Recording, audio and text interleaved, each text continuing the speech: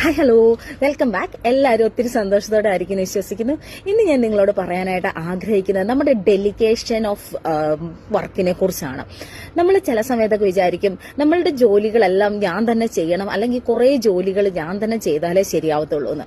ഇന്നത്തെ ടോക്ക് എല്ലാ ഫാമിലിയിലുള്ളവർക്കായാലും ബിസിനസ്സിലുള്ളവരായാലും അല്ലെങ്കിൽ ചെറിയൊരു ഗ്രൂപ്പിൽ ലീഡേഴ്സ് ആയിട്ടിരിക്കുന്നവർ, പ്രയർ ഗ്രൂപ്പിലായിരിക്കോട്ടെ, അല്ല ഒരു അസോസിയേഷൻ ഗ്രൂപ്പിലായിരിക്കോട്ടെ, എവിടെയെങ്കിലുമൊക്കെ ഒരു ലീഡർഷിപ്പിൽ ഇരിക്കുന്ന വ്യക്തികൾക്ക് വേണ്ടിയാണ് മെയിൻ ആയിട്ടുള്ളത്. നമ്മൾ ചിന്തിക്കും വീട്ടിലെ ജോലികൾ ഞാൻ മാത്രം ചെയ്താലേ ശരിയാവത്തുള്ളൂ, അല്ലെങ്കിൽ ഇന്ന വർക്കുകൾ ഞാൻ മാത്രമേ ചെയ്താലേ ശരിയാകത്തുള്ളൂ എന്ന് വിചാരിക്കുന്നത് നമ്മുടെ ഒരു ഇൻസെക്യൂരിറ്റിയാണത്.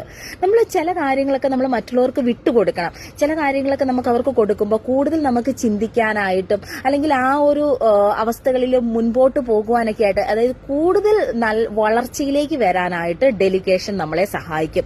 ഒരു ജോലി പലരുകൾ ഒത്തിരി പേര് ഒരുമിച്ച് ചെയ്യുമ്പോഴാണ് അതിന്റെ ഒരു വളരെ ബ്യൂട്ടി ചെയ്യുന്നത്. ഫോർ എക്സാമ്പിൾ ആയിട്ട് പറയുകയാണെങ്കിൽ ഒരു ഇരുണ്ട മുറിയാന്ന് വിചാരിച്ചു. ഇരുണ്ട മുറിയിൽ ഒരു ലൈറ്റ് ഒരാൾ മെഴുകുതിരി കത്തിച്ചു വെച്ചാൽ എത്രമാത്രം വെളിച്ചം കിട്ടും? അതേ മെഴുകുതിരി തന്നെ പലര് കത്തിച്ചു നിന്നാൽ ആ ഇരുണ്ട മുറിയിലെ പ്രകാശം എത്രമാത്രമായിരിക്കും? വളരെ വലിയൊരു പ്രകാശത്തിലേക്ക് പോകും അല്ലെ?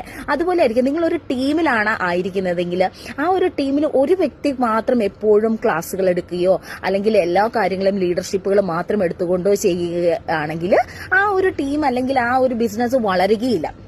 ഇവൻ നമ്മുടെ കുടുംബത്തിലായാലും ഒരു ജോലി ഒരാൾ മാത്രം എപ്പോഴും ഒരു ജോലി ചെയ്തുകൊണ്ട് അത് അയാളുടെ മാത്രം ഒരു ജോലികളായിട്ട് അവിടെ അത് നിൽക്കും. പക്ഷെ അവസാനം അത് എക്സോസ്റ്റ് ആയി നമ്മളത് ചെയ്യുന്ന ജോലിയിൽ എക്സോസ്റ്റ് ആകുമ്പോഴാണ് നമ്മൾ ആകെ ഒരു മടുപ്പിലേക്ക് അല്ലെങ്കിൽ ഒരു പൊട്ടിത്തെറികളിലേക്കൊക്കെ പോകുന്നത്. അതിന് നിൽക്കാതെ ആദ്യം തന്നെ ചെറിയ ചെറിയ ജോലികൾ മറ്റുള്ളവർക്ക് ഏൽപ്പിച്ചു കൊടുക്കാനൊക്കെ ആയിട്ട് ശ്രമിക്കുക.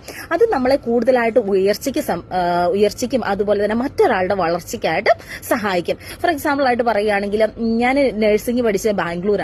നഴ്സിംഗ് പഠിക്കാനായിട്ട് ബാംഗ്ലൂർ ചെന്നപ്പം ഞങ്ങളുടെ അവിടെ ഒരു പ്രയർ ഗ്രൂപ്പ് ഉണ്ടായിരുന്നു. പ്രയർ ഗ്രൂപ്പിൽ അന്ന് ഞാൻ ഫസ്റ്റ് ഇയർ ജോയിൻ ചെയ്ത സമയത്ത് ഫോർത്ത് ഇയർ പഠിച്ച ഒരു ചേച്ചിയാണ് എന്റെ അടുത്തിട്ട് വന്ന് പറഞ്ഞത്, സോണിയ ഇന്നത്തെ പ്രയർ ഒന്ന് ലീഡ് ചെയ്യാമോന്ന്. അന്ന് അതുവരെ ഞാൻ ആ ഒരു നഴ്സിംഗിന് ഫസ്റ്റ് ഇയർ ജോയിൻ ചെയ്യുന്നിടം വരെ ഒരു പബ്ലിക്കായിട്ട് ഒരു ക്രൗഡിന്റെ മുമ്പിലോ ഒന്നും ഒരിക്കൽ പോലും ഒരു പ്രയർ ലീഡ് ചെയ്യുകയോ ഒന്നും ചെയ്തിട്ടില്ലായിരുന്നു. പക്ഷെ ചേച്ചി എന്നെ ആ ഒരു എന്താ പറയാ ആളുടെ ഒരു ട്രസ്റ്റിന്റെ പേരിൽ എന്നോടൊന്ന് ചെയ്യാൻ എന്ന് പറഞ്ഞപ്പോഴത്തേക്കും എന്താണ് സംഭവിച്ചത്? ആളുടെ ട്രസ്റ്റ് കൂടുകയുമാണ് ചെയ്തത്.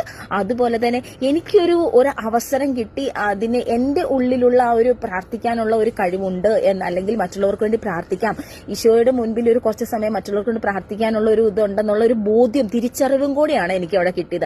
അന്നൊരു അവസരങ്ങൾ അവർ ഒരുക്കിയില്ലാതെ